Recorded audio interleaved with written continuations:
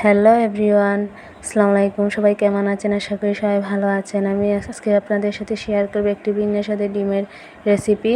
প্রথমে একটি বাটিতে দুটো ডিম, পেঁয়াজ কুচি, কাঁচামরিচ কুচি, ধনেপাতা দেওয়া, লবণ দিয়ে একসাথে মিক্সড করে নেব। তারপর একটি গরম কড়াইয়ে রসুন কুচি, পেঁয়াজ বাটা, কাঁচামরিচ কুচি, সামান্য লবণ, স্বাদ মতো হলুদ, মরিচ দিয়ে একসাথে নাড়ব। একসাথে সবগুলো মশলা মিশ্রণ করার পর ভালো করে নেড়ে ছেড়ে তাতে সামান্য একটু পানি দিয়ে দিব। পানি দেওয়ার পর আবার ভালো করে মিক্সড করব। মিক্সড করার পর আমি আগে থেকে সিদ্ধ করে রাখা আলু এখানে দিয়ে দিব। দিয়ে দেওয়ার পর আবার ভালো করে নাড়াচাড়া করব যাতে ভালো করে জালটা আসে।